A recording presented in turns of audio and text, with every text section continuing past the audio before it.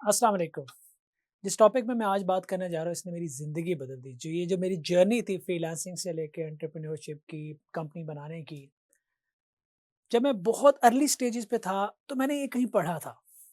फिर मुझे कभी दोबारा वो ऑथर नहीं मिला, कभी वो बुक नहीं मिली, कभी वो आर्टिकल दोबारा नहीं मिला। बट ये थ्योरी मेरी ज़िंदगी का, मेरे माइंड का, मेरी पर्सनैलिटी का ऐसा हिस्सा बना कि मैं पिछले 8-10 साल से इसको रेगुलर अप्लाई करता आ रहा हूँ। हर रोज़ अप्लाई करता आ रहा हूँ। और इसका जो सबसे ज़्यादा रोल है वो है विनिंग एनर्जी को प्रोटेक्ट करना और विनिंग एनर्जी को मल्टीप्लाई करना आपकी कंपनी के अंदर। अगर आपने आज इस टॉपिक को सही से समझ के अपनी पर्सनैलिटी का हिस्सा बना लिया, अपने थॉट प्रोसेस का हिस्सा बना लिया, तो आप ज़िंदगी में कभी रुकेंगे नहीं। क्यों? क्योंकि ये आपको क्लैरिटी देता है, डायरेक्शन देता है, डिसीजन मेकिंग देता है आपकी टीम बिल्डिंग में। और स्ट्रॉन्ग टीम जो है वो आपको बहुत दूर तक ले जा सकती है। याद रखिएगा कि जो कंपनी के अंदर कल्चर होता है ना, या तो आप खुद कल्चर को डिफाइन करते हैं, डिजाइन करते हैं, फाउंडर डिजाइन करता है, या कल्चर अपने आप को खुद डिजाइन कर लेता है। और जिस कंपनी में कल्चर अपने आप को खुद डिज़ाइन कर लेता है और फाउंडर वो उसमें डिज़ाइनिंग नहीं कर रहा होता, तो कंपनी आपके हाथ से निकल जाती है, आपकी टीम आपके हाथ से निकल जाती है और वहाँ से खड़े होना बहुत मुश्किल होता है। इससे पहले जब हमने लेक्चर देखे कि हायरिंग, फायरिंग, ऑनबोर्डिंग सब कुछ एक इस थ्योरी से कनेक्टेड है और इस थ्योरी का नाम है एंकर्स, रोवर्स, राइडर्स। एक एग्जाम्पल, उससे सारा कुछ कनेक्ट करेंगे हम।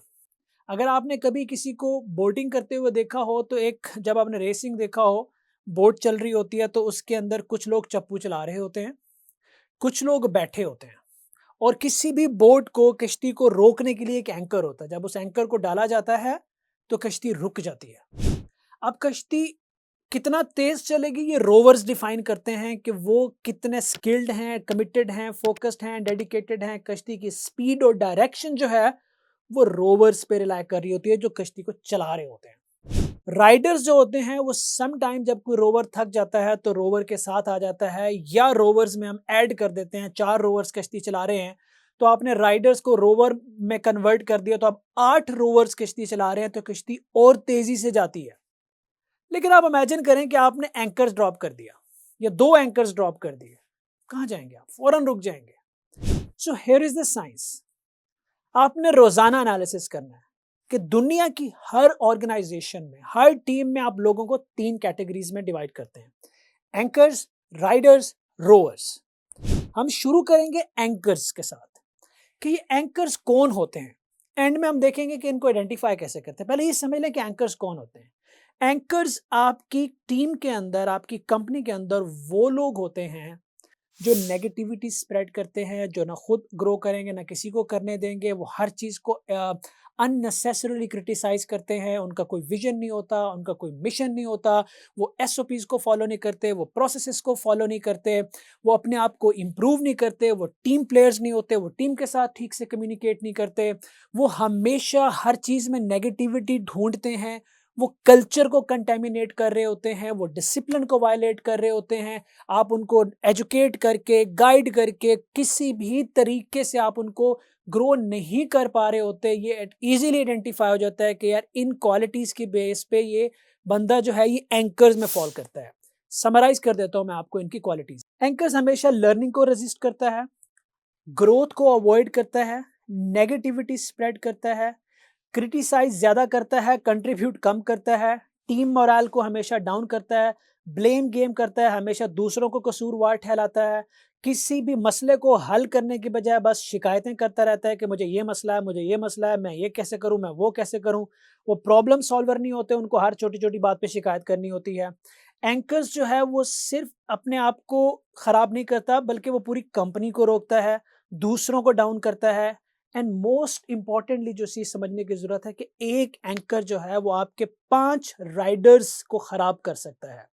एंकर्स कंटामिनेट कर देता है culture, and above all culture contamination जो होती है वो एक्चुअली स्किल कंटामिनेशन और फिर आपकी ग्रोथ को वो रोक देता है। तो ये लोग होते हैं जो एंकर्स होते हैं। अब हमने देखा कि एंकर्स जब आपने आइडेंटिफाई कर लिया तो अब सॉल्यूशन क्या करना है? फायर। इमीडिएटली रिलीज करें, इमीडिएटली फायर करें एंकर्स को, नो निगोशिएशन, नो डिलेस।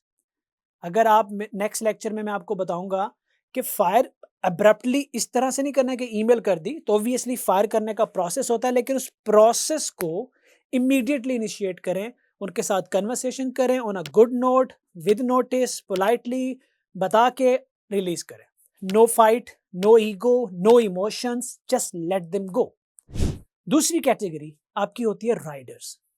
ये राइडर्स कौन होते हैं? ये वो तबका होता है जो ना रोवर होता है ना एंकर होता है। ये वो लोग होते हैं जो नेगेटिव तो नहीं होते, ठीक है, लेकिन बहुत ज्यादा पॉजिटिविटी भी स्प्रेड नहीं कर रहे होते। इनकी क्वालिटीज एक दफा देख लेते। राइडर्स के पास टैलेंट होता है, पोटेंशियल होता है, उनका एटीट्यूड पॉजिटिव होता है, वो ग्रो करना चाहते हैं, उनको गाइडेंस की जरूरत होती है कि अगर उनको गाइड किया जाए वो ग्रो करेंगे, उनको स्ट्रक्चर दे दिया जाए तो वो ग्रो कर सकते हैं, उनको मेंटोरशिप दी जाए तो वो पॉलिश हो जाते हैं। राइडर्स आपको लीड नहीं कर रहे होते, लेकिन उस वक्त उनका पोटेंशियल होता है, वो कोचेबल होते हैं, मतलब उनको ट्रेन किया जा सकता है।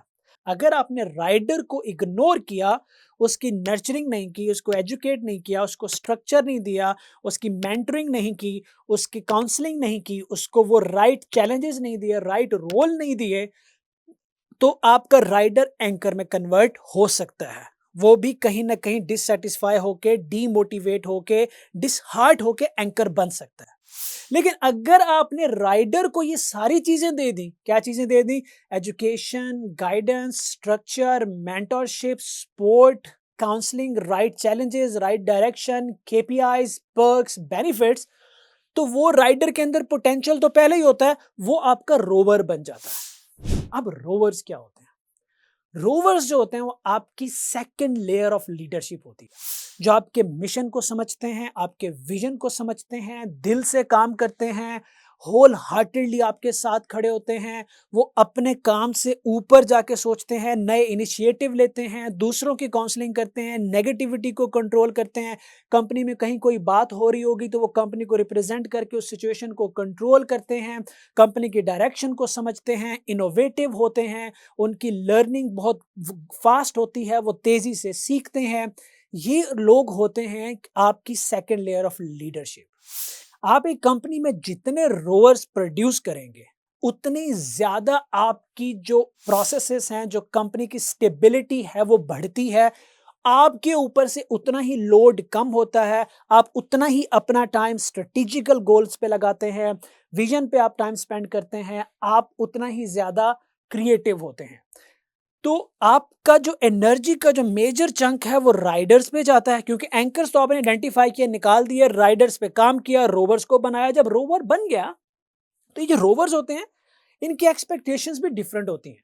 ये सिर्फ सैलरी पे नहीं होते, तो उनका रोड मैप क्लियर होना चाहिए, उनको फ्रीडम ज्यादा दिया जाता है, उनको पावर ज्यादा दी जाती है, उनको रिस्क टेकिंग के लिए रूम ज्यादा दिया जाता है, उनकी ग्रूमिंग ज्यादा की जाती है, क्योंकि वो आपका एसेट बन जाते हैं।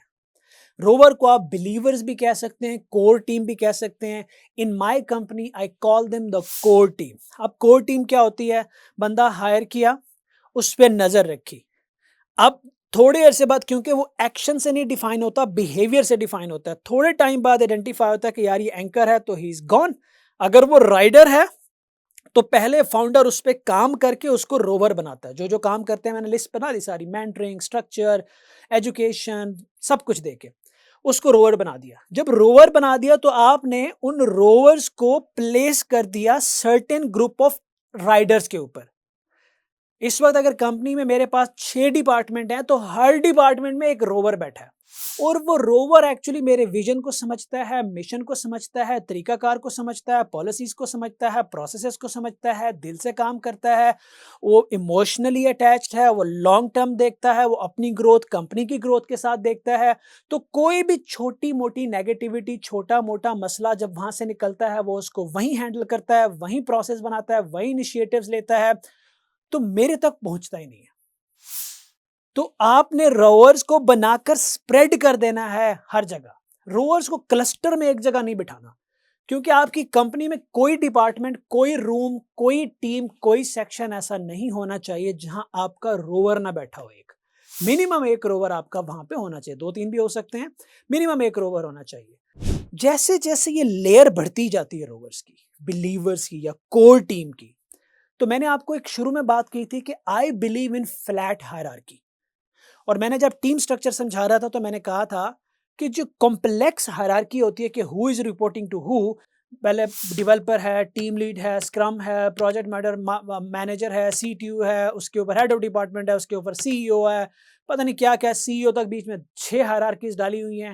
नीचे से बात क्या निकलती है, आप तक बात क्या पहुंचती है। स्टार्टअप में complex hierarchy, dissatisfaction, communication gap, demotivation, frustration, anger, egos, ये सब कुछ बनाते हैं।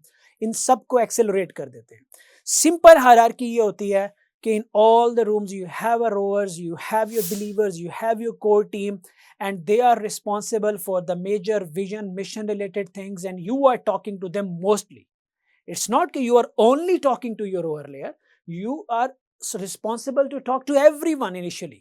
You should be approachable for anyone in your company, but at the same time, the strategical meeting, the vision, everything mostly जो होता है वो आपके और रोवर्स के बीच में होता है। There is only one rule for the founder that you have to remember: eliminate the anchors, work on the riders, protect your rovers. Repeat: eliminate the anchors, work on the riders, protect your rowers. Keep repeating it. Now we will understand कि इनको identify कैसे करना है। हम emotion से guess नहीं कर सकते, यार ये बंदा मुझे एंकर लगता है, ये बंदा मुझे रोअर लगता है। No emotions, no ego, no feelings, किसी के कहने पे नहीं, डिपार्टमेंट पे नहीं, data driven smart decision, observation based decision, because ये बहुत सेंसिटिव डिसीजन होते हैं। गलत बंदे को आपने रोवर बना के बिठा दिया ना, तो वो कश्ती उल्टी भी चला सकता है। सो देखते हैं आइडेंटिफाई कैसे करते हैं इसको। देखें, कुछ साइंस हैं जो आपने देखने होते हैं कि क्या ये बंदा हमेशा कंप्लेंट करता रहता है। अभी हम एंकर्स को आइडेंटिफाई कर रहे हैं। Is he always complaining? क्या ये इसको जब फीडबैक देते हैं तो आगे से मुंह बना लेता है, फीडबैक पे उसके आंखों पे सबटाइटल्स की तरह आ जाता है? क्या ये एक्सटर्नल फैक्टर को ब्लेम करता है, अकाउंटेबिलिटी रेजिस्ट करता है, नेगेटिवली इन्फ्लुएंस करता है टीम को? क्या इसकी जो स्किल की विजिबिलिटी है, इंप्रूवमेंट है, वो स्लो है, स्टेगनेंट है? You will feel their energy. अगर आप उनसे बात कर रहे हैं, you get the negative energy, that mean you can not improve them. The one thing you need to do is to get rid of them. They drains the room. जिस कमरे में बैठेंगे वो नेगेटिविटी स्प्रेड करेंगे।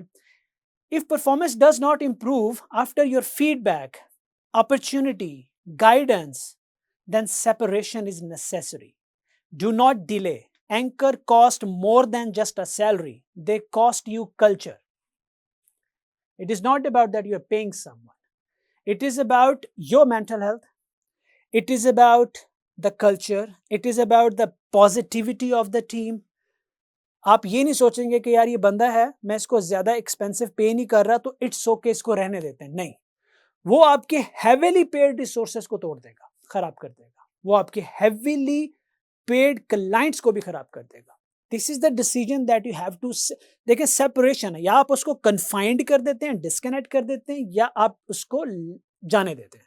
लेकिन you just can not keep on working on anchors, otherwise आपके Riders भी anchors बनना शुरू हो जाएंगे, जिससे आपको संभालना मुश्किल हो जाएगा। हमारी सेकंड कैटेगरी है riders. Let's see how we identify rider. मैंने आपको कहा था राइडर्स में पोटेंशियल होता है, ये बहुत काम के लोग होते हैं। राइडर्स कौन होते हैं?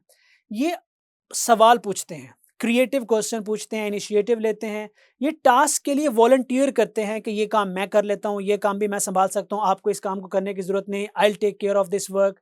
इनको अगर फीडबैक दिया जाए तो ये फीडबैक को एक्सेप्ट करते हैं, एक्नॉलेज करते हैं, पॉजिटिव लेते हैं, इंप्लीमेंट करते हैं और फिर इंप्रूव करते हैं। इनको इंप्रूव करने की भूख होती है। You will see the hunger in them. ये रिस्पॉन्सिबिलिटी ओकेजनली नहीं लेते। इनमें ऐसा नहीं होता कि कभी कभी रिस्पॉन्सिबिलिटी लेंगे, ये कंसिस्टेंटली रिस्पॉन्सिबल होते हैं। इनको बस मेंटोरशिप चाहिए होती है। राइडर्स में लैक इन कॉन्फिडेंस, बट याद रखिएगा, they do not lack potential. They are watching you, they are waiting for your direction. This is where you invest.